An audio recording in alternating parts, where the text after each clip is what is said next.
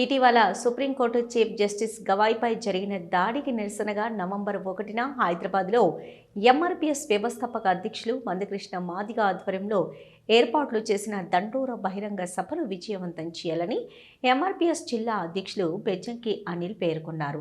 కరీంనగర్లోని అంబేద్కర్ చౌరస్తా వద్ద ఆందోళన చేశారు. దాడికి పాల్పడ్డ వ్యక్తిపై చర్యలు తీసుకోవాలని అన్నారు. ఈ కార్యక్రమంలో ఎంఆర్పీఎస్ సీనియర్ నాయకులు మందరాజు, గోస్కి శంకర్, తాండ్ర నర్సయ్య, తడగొండ శంకర్, సముద్రాల అజయ్, దండు ఆంజనేయులు, చెంచల నవీన్ తదితరులు పాల్గొన్నారు.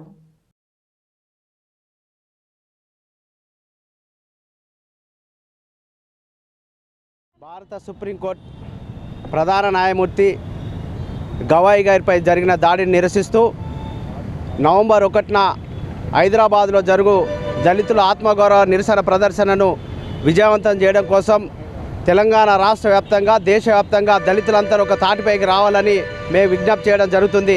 ఇలా భారతదేశ సుప్రీంకోర్టు ప్రధాన న్యాయమూర్తి పైన దాడి జరిగితేనే సమాజం మొత్తం ఇవాళ నిర్వీర్యపోయే పరిస్థితి ఉంది. అది కేవలం మా దళిత జాతి మీద, రాజ్యాంగం మీద జరిగిన దాడిగా మేము పరిగణిస్తున్నాం.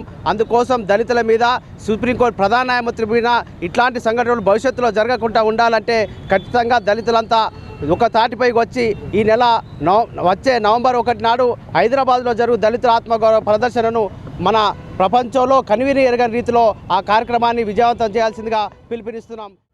ఈరోజు కరీంనగర్ జిల్లా అంబేద్కర్ సెంటర్ దగ్గర మరి భారత రాజ్యాంగాన్ని సుప్రీంకోర్టు న్యాయవాది మరి బీహార్ గవాయిపై దాడి జరిగి ఈయాటికి 23 రోజులైనా కూడా రాష్ట్ర ప్రభుత్వాలు కానీ కేంద్ర ప్రభుత్వాలు కానీ ఆయనను ఎంబడే ఫోటో చట్టం కేసు పెట్టి ఆయనను అరెస్ట్ చేయాలని మరి పద్మశ్రీ మందకృష్ణన్న నవంబర్ 1న మాదిగల ఆత్మగౌరవ ర్యాలీని విజయవంతం చేసేదానికి మరి నిన్న అన్నగారు కరీంనగర్ జిల్లాలో మరి ప్రెస్ మీట్ పెట్టడం జరిగింది.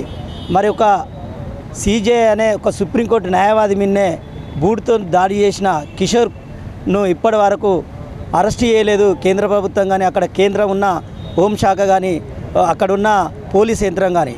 మరి గౌరవశ్రీ పద్మశ్రీ మందకృష్ణన్న గారు మరి ఈయాడికి 23 రోజుల కాంచి ఒక దళితునిపై దాడి జరిగితే దేశంలో ఉన్న దళితులపై దాడి జరిగినట్టే. మరి మందకృష్ణన్న ఇచ్చిన పిలుపు మేరకు నవంబర్ 1న మాదిగల ఆత్మగౌరవ ర్యాలీని విజయవంతం చేసేదానికి ప్రతి ఒక్కరూ ప్రతి గ్రామం నుండి, ప్రతి మండలం నుండి, ప్రతి నియోజకవర్గం నుండి, ప్రతి జిల్లా నుండి మరి కదిలి రేపు గవాయి మీద దాడి జరిగిన దాన్ని నిరసనగా మరి మందకృష్ణ మాదిగ గారు ఏ పిలుపు ఇచ్చినా ఆ పిలుపు మేరకు అందరూ కట్టుబడి ఉండి